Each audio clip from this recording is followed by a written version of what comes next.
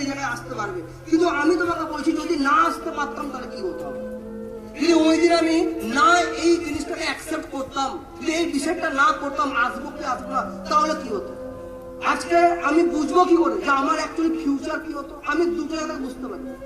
একটা, আমি যাদের সাথে পড়াশোনা করেছি, আমি যে সাবজেক্টে পড়াশোনা করেছি, আমার ফ্রেন্ড সার্কেল যারা ভালো ভালো পড়াশোনা করেছে, নাম্বার পার্সেন্টেজ পেয়েছে, তাদের ফিউচারে কোন জায়গায় আছে, তারা আজকে কি করছে।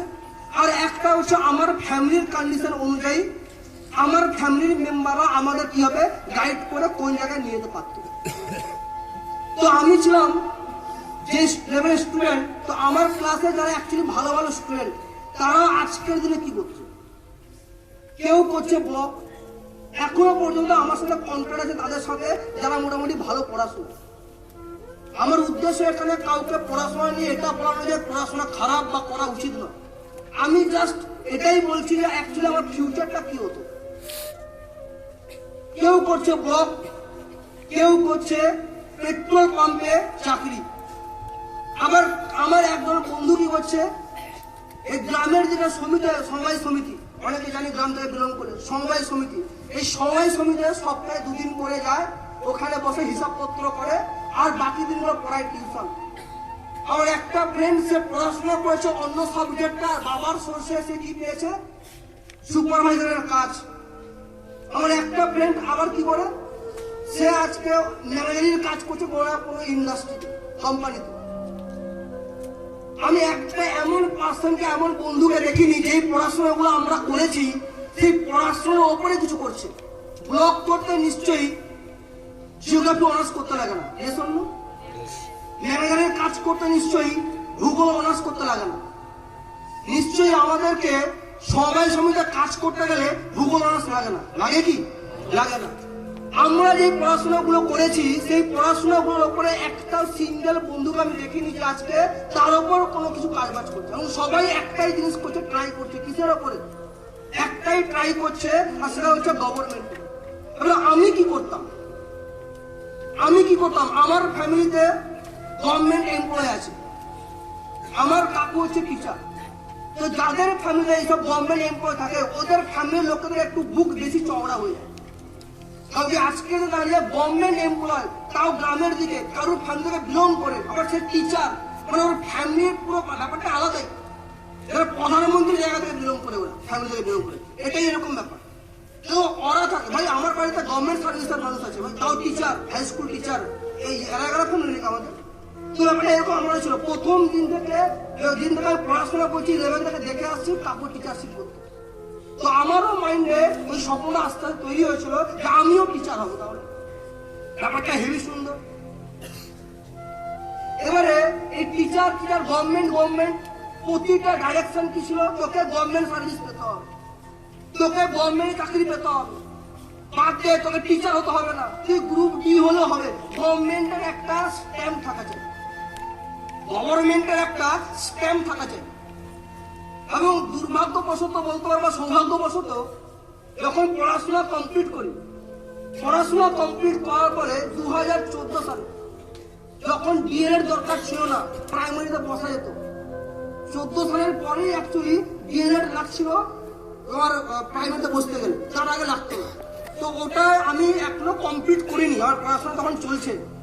তো আমাকে জোর জবরদস্তি কি করা হয়েছে, আমাকে বলা হচ্ছে তোমাকে মানে বাড়ি থেকে ফর্ম ফিল আপ করতেই হবে। চলো করেই নিয়েছি, কারণ তখন সিস্টেমে সহজ হবে, ফর্ম ফিল আপ করেই নিয়েছি।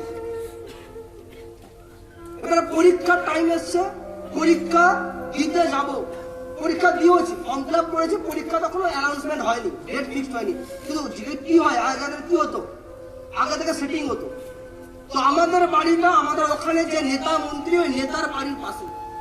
সব ডিল কমপ্লিট, আমি যখন কলকাতায় কাজ করছি স্মার্ট ভ্যালু, সব ডিল কমপ্লিট। কত টাকা লাগবে? 14 লাখ টাকা লাগবে। 14 লাখ টাকা লাগবে, চাকরি কনফার্ম।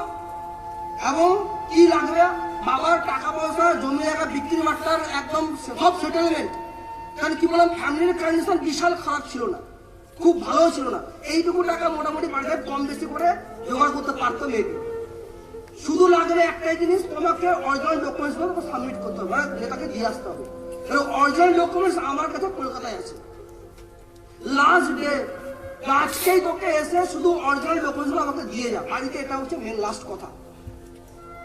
আমি কি মনে হয়েছে যে দিতেই যাইনি, কারণ কোথাও না কোথাও যারা অ্যাকচুয়ালি করে থাকে অ্যাসোসিয়েশনে, যারা অ্যাকচুয়ালি এই বিজনেসটাকে বা যারা অ্যাকচুয়ালি জীবনে কিছু বড় করে চিন্তা ভাবনা করে নেয়, তবে একটা কারণ হয় এই কুয়োর মেঘের মতন জানতাম না বাইরে কি পাওয়া যায় না পাওয়া যায়, কি হয় না হয়, তাই আমি যেটা ভাবছি ওটাই সব থেকে বড় ব্যাপার।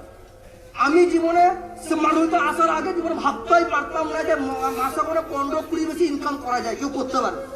এটা আমার ইন্টেনশন ছিল। আমি জীবনে স্মার্টগুলো পাওয়ার আগে যদি গাড়ির নাম জিজ্ঞেস করতো 3টে গাড়ির নাম জানতাম, যাকে আমরা বলি কিডন্যাপ কার, মারুতি ওমিনি, আর কি ছিল, আর ছিল সেন্ট্রো, আর টাটা ইন্ডিগো। নাম শুনে 3টে গাড়ি। এই 3টে গাড়ির দাম অন এভারেজ কত? 5 লাখের মধ্যে। এই 3টে গাড়ি ছিল আমার জীবনে গাড়ির নাম। এর বাইরে কোনো গাড়ি হয় জানতামই না। আমরা আগেকার দিনে বইতে চিটাতাম নাম লিখে, স্টিকার, গাড়ির ছবি দিয়ে, ভাবতাম এগুলো তো কম্পিউটারে করা, এগুলো কোনো গাড়ি এক্সিস্ট করে নাকি, ফেরারি কি ল্যাম্বরগিনি কি এগুলো গাড়ি হয় নাকি? নামই তো শুনি।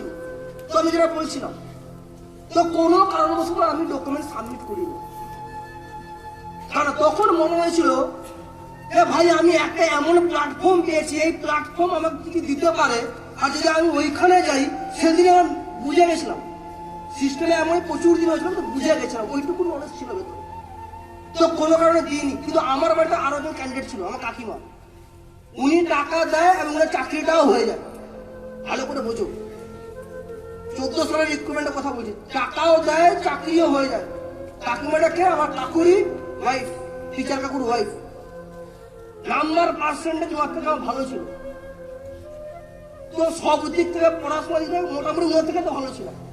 প্রাউড ফিল করছে না, কিন্তু ছিলাম ভাই, বলতে হয় এটা।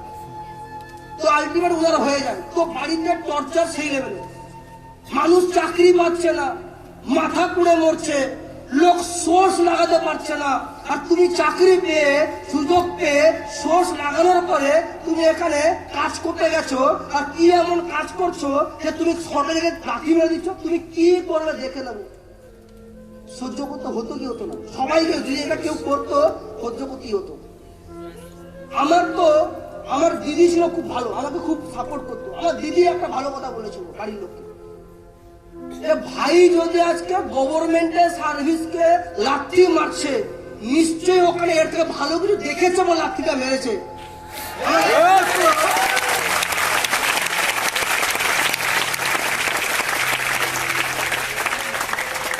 কার দিদি কেমন, কার বোন কেমন, কার দাদা কেমন জানি না, আমার বাড়িতে আমাকে যদি সব থেকে সাপোর্টেড কেউ করেছে মানুষ আমার দিদি, এবং প্রতিটা নিয়ত আমার সঙ্গে স্ট্যান্ড করতো। এবং ওই কথা খুব ভালো লেগেছিল যে ভাই যদি যেই ছেলেটা আজকে সরকারি চাকরি পাওয়ার জন্য এত পড়াশোনা করেছে, নাম্বার পার্সেন্ট ভালো তুলেছে, সেই ছেলেটা যদি আজকে সরকারি চাকরিকে লাদ মারছে, মানে করবে না বলছে, তার মানে ও যেখানে গেছে সেখানে নিশ্চয়ই তো ভালো কিছু হয়, কিছু তো দেখেছে, যার জন্য সে আজকে এই চাকরিটাকে পর্যন্ত সাইড করছে।